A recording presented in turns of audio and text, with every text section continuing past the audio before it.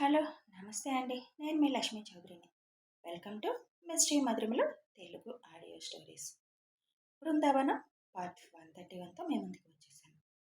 Likes, హైప్స్తో పాటు comments కూడా request చేయాలయ్యారు.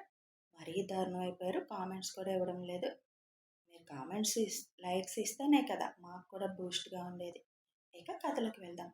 ఐషుని తనతో పడుకోమన్న నిఖితని నవ్వుతూ చూస్తుంది ఐషు. ఏంటండి అలా నవ్వుతున్నారు? నేను అడిగిన దాంట్లో ఏమైనా జోకుందా అని అడుగుతుంది నిఖిత. ఎందుకు నన్ను నీతో పడుకోమంటున్నా అని అడుగుతుంది ఐషు. ఏం లేదు, కొద్దిగా భయంగా అనిపిస్తుంది అందుకే అని అంటుంది నిఖిత. దానికి ఐషు ఇంకొంచెం గట్టిగా నవ్వుతుంది. ఏంటి, నాకు భయం అంటే మీకు నవ్వులాటగా ఉందా? అలా నవ్వుతున్నారు? 30 సంవత్సరాల వయసున్న ఒక అమ్మాయి 7 ఏళ్లుగా బిజినెస్ చేస్తూ తనకంటూ ఒక స్థానాన్ని ఏర్పరచుకున్న అమ్మాయి.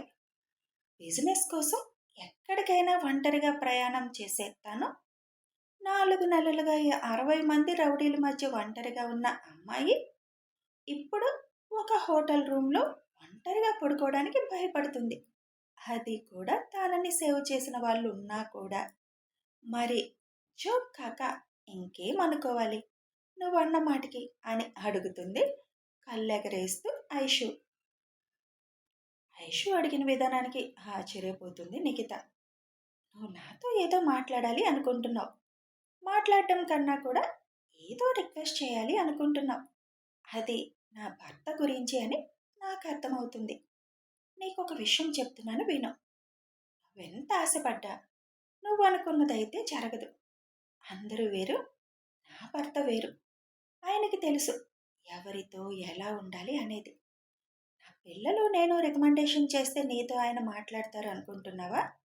ఆయన ఏ విషయమైనా అయినా నిన్న ఇన్వెస్టిగేషన్ పేరుతో నీతో మాట్లాడారు కదా, అలాగే మాట్లాడతారు.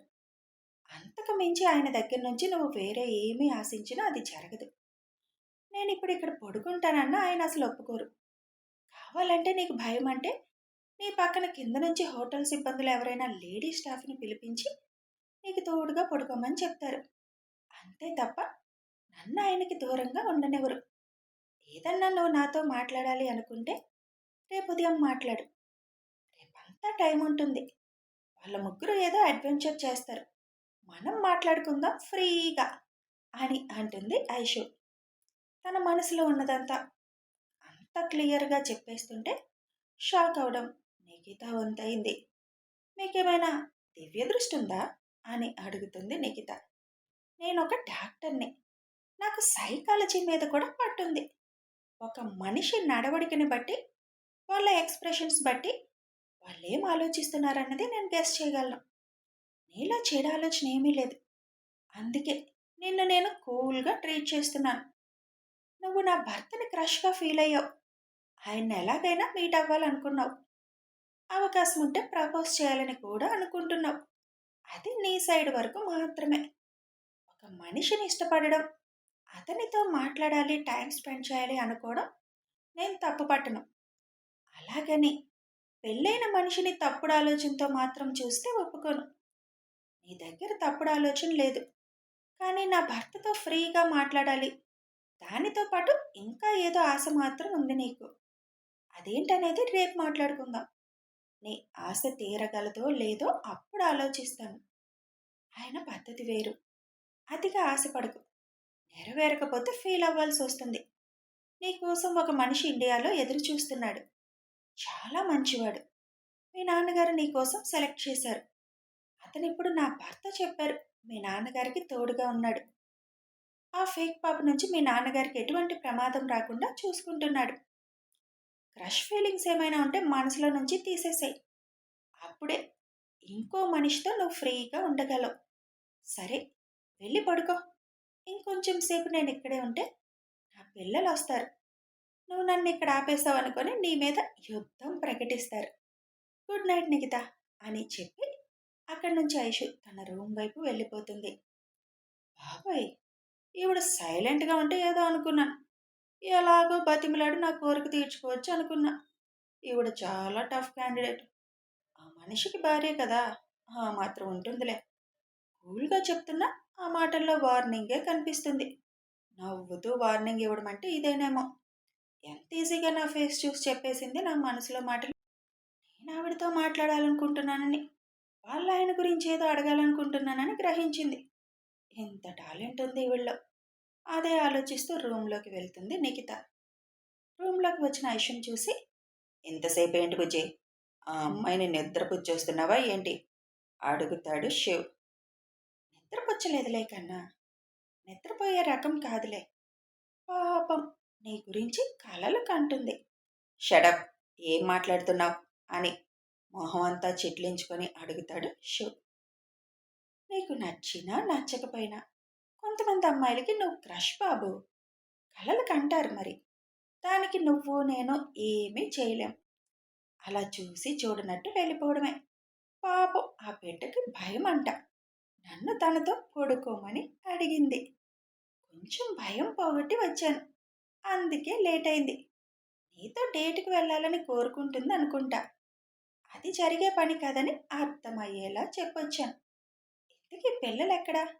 రూమ్లో కనిపించడం లేదు అని అడుగుతుంది ఐషు. ఐషు చేయి పట్టుకొని ఆ రూమ్కి వేరే వైపు తీసుకువెళ్తాడు శివ్. అక్కడ డోర్ ఓపెన్ చేయగానే పెద్ద బాల్కనీ ఉండి ఎదురుగా మౌంటైన్స్ అందంగా కనిపిస్తూ ఉండేసరికి, వావ్, చాలా బాగుంది కన్నా అని అంటుంది ఐషు. కదా బుజ్జమ్మ, మాకు అసలు ఇక్కడి నుంచి లోపలికి రావాలనిపించడం లేదు.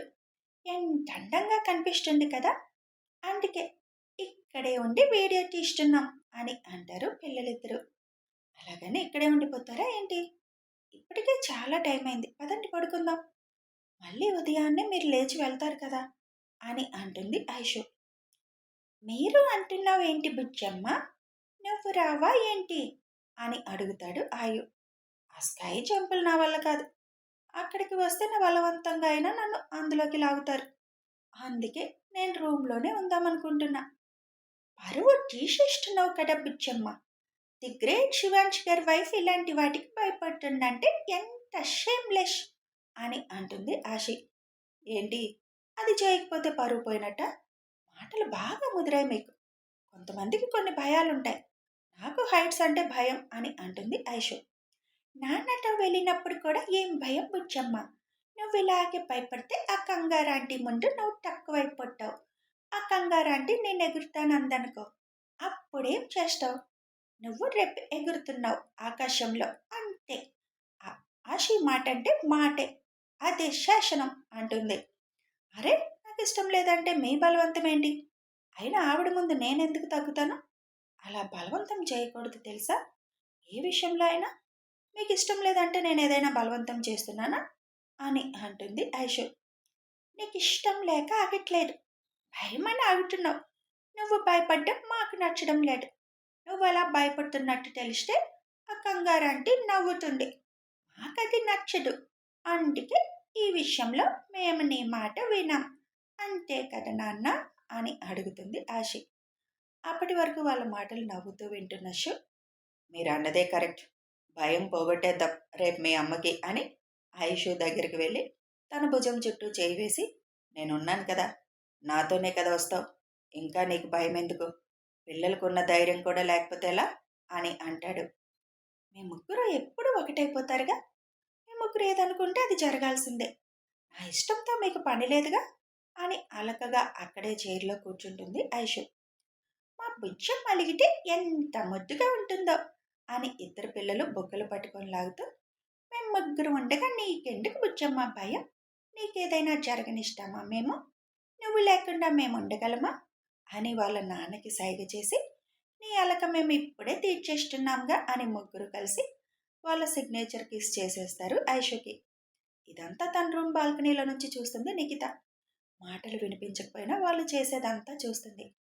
తన పిల్లల దగ్గర భార్య దగ్గర టోటల్గా డిఫరెంట్గా ఉంటారు. బయట వేరేగా ఉంటారు. అసలు కనీసం మనిషి పక్కనున్నా చూడను కూడా చూడట్లేదు. అంత డిఫరెంట్గా ఉన్నారు ఈయన అని అనుకుంటూ లోపలికి వెళ్ళిపోతుంది. ఇలా ముద్దులు పెట్టి నన్ను మాయ చేసేద్దాం అనుకుంటున్నారా అని అంటుంది ఐషు. నిన్ను మేము మాయ చేయగలమా బుజ్జి? సరే పదండి లోపలికి వెళ్దాం, మంచు పడుతుంది కదా ఇక్కడ అని పిల్లలిద్దరిని ఎత్తుకొని పాదబుజ్జి అంటాడు శివ్ లోపలికి నడుస్తూ. లోపలికి రాగానే పిల్లలిద్దరూ బెడ్ ఎక్కేస్తారు. ఐషు వెళ్ళి ఫ్రెష్ అయి డ్రెస్ మార్చుకుంటుంది. పిల్లల్ని పడుకోమని చెప్పి శివ్ తన ల్యాప్టాప్ ఓపెన్ చేస్తాడు. ఇప్పుడేంటికి నాన్న అది అని అడుగుతుంది ఆషి. 2 డేస్ నుంచి అసలు అది ఓపెన్ చేయలేదు కదా. కంపెనీ నుంచి చాలా మెయిల్స్ పంపించుంటారు. ఇంపార్టెంట్ అయినవి ఉంటాయి. ఎక్కడ ఉన్నా మన బాధ్యత మర్చిపోకూడదు కదా. కంపెనీ హెడ్ నేనే కదా. మరి దాని ప్రోగ్రెస్ గమనిస్తూ ఉండాలి. నేను చెక్ చేసి ఓకే చేస్తే తప్ప కొన్నిటిని పంపించలేరు. మరి మనం డిలే చేయకూడదు కదా. మీరు పడుకోండి. ఒకసారి మొత్తం చెక్ చేసి నేను కూడా పడుకుంటానని అంటాడు శివ్. ఓకే నాన్న అని ఇద్దరు కళ్ళు మూసుకొని పడుకుండిపోతారు. శివ్ ఒక అరగంట వర్క్ చేసుకొని ల్యాప్టాప్ క్లోజ్ చేసేసరికి మైక్ నుంచి ఫోన్ వస్తుంది. శివ్ ఫోన్ లిఫ్ట్ చేయగానే, హలో శివ్, ఇక్కడ మొత్తం నువ్వు చెప్పినట్టుగా కంప్లీట్ అయిపోయింది. తన ల్యాబ్ నుంచి ఇంత దారుణాలు జరుగుతున్నాయా అని చార్లెస్ గారు కూడా ఆశ్చర్యపోతున్నారు. ఆయనే కల్లారా చూశారు కాబట్టి ఆయన నమ్మక తప్పలేదు. ఆయన కూడా మనం చెప్పిన దానికి అగ్రీ చేసేశారు. నువ్వెప్పుడు చెప్తే అప్పుడే బయటకు వస్తుంది విషయం అని అంటాడు మైక్. Thank you mic. నేను నీకు వర్క్ చెప్పానంటే ఇక దాని గురించి ఆలోచించే అవసరం లేదు. అందుకే ఏమైందని అడగడానికి నీకు ఫోన్ కూడా చేయలేదు. నువ్వు కరెక్ట్గా పూర్తి చేసేస్తావు కదా నేను చెప్పింది అని నవ్వుతూ అంటాడు శివ్. నీ ట్రైనింగ్ కదా, ఆ మాత్రం చేయకపోతే ఎలా? ఇంతకీ మా గోల్డ్ బేబీస్ ఏం చేస్తున్నారు? ఎంజాయ్ చేస్తున్నారా బాగా ట్రిప్ని? ఫుల్గా ఎంజాయ్ చేస్తున్నారు. నిద్రపోతున్నారు ఇప్పుడు. రేపు వాళ్ళు స్కై జంప్ చేయాలి అంట. దానికి తీసుకువెళ్ళి తర్వాత డిస్నీ ల్యాండ్ చూపిస్తే అయిపోతుంది ట్రిప్. ఇక ఇండియా స్టార్ట్ అవుతాం. అదేంటి అప్పుడే? ఒక 10 days అయినా ఉండొచ్చు కదా. లేదు మైక్, అక్కడికి వెళ్ళి చేయాల్సిన పనులు ఉన్నాయిగా. మొత్తం క్లియర్ చేసేస్తే ఒక పని అయిపోతుంది. ఇంకా సాగదీయడం ఎందుకు? పైగా పాపం వాళ్ళందరినీ కాపలా కాస్తున్నారు టీం మెంబర్స్. ఎక్కువ రోజులు ఉంచడం మంచిది కాదు. అయినా చూడాల్సినవన్నీ చూసేశాంలే. ఇక పిల్లల కోరిక తీరితే అయిపోతుంది. మైరా హెన్రీ ఏం చేస్తున్నారు? ఇంకేం చేస్తారు? అల్లరి అల్లరి చేస్తారు. మైరా స్కూల్కి వెళ్ళిపోయింది. హెన్రీ గడు వాళ్ళ నాయనమ్మ దగ్గర ఉన్నాడు. మేము ఆఫీస్లో ఉన్నాం. ఇంతకీ మా సిస్ ఏది? తనతో 2 రోజులు మాట్లాడకపోయేసరికి ఏదో మిస్ అయిన ఫీలింగ్ వస్తుంది అని అంటాడు మైక్. నా పక్కనే ఉంది, వింటుంది నీ మాటలు, మాట్లాడుకోండి మీ అన్న చెల్లెలు అని ఫోన్ ఐషు చేతిలో పెడతాడు శివ్. హలో సిస్, మీ అందరి చేత కూడా అడ్వెంచర్ చేయించేశాడుగా. ఎలా ఉంది అడ్వెంచర్ అని అడుగుతాడు మైక్. పక్కన ఆయన ఉండగా బాగానే ఉంటుందిగా అని అంటుంది ఐషు. ఇంతకీ ఒరిజినల్ పాపకు కూడా శివ్ మీద కన్నుందా? క్రష్ ఉంది బ్రో. పాపం ఆయనతో మాట్లాడాలని ఎంత కష్టపడుతుందో. అయ్యా పిల్లలు ఎక్కడ పడనిస్తున్నారు? ఆ పిల్లని భయపెట్టేస్తున్నారైతే అని అంటుంది ఐషు నవ్వుతూ. ఆ మాట వినగానే శివ్ ఐషు నడుం గిల్లేస్తాడు. మైక్ మాత్రం నవ్వుతూ, మా గోల్డ్ బేబీస్ వాళ్ళ నాన్న దగ్గరికి ఎవరిని రానివ్వరుగా. అలాగే ఉండాలి సిస్. అయినా పెళ్ళైన వాడి మీద క్రష్ ఏంటి? ఈ విషయంలో మా శివ్ పిల్లలే కరెక్ట్. అలాంటి వాళ్ళకి సంధించామంటే దూరిపోవాలని చూస్తారు.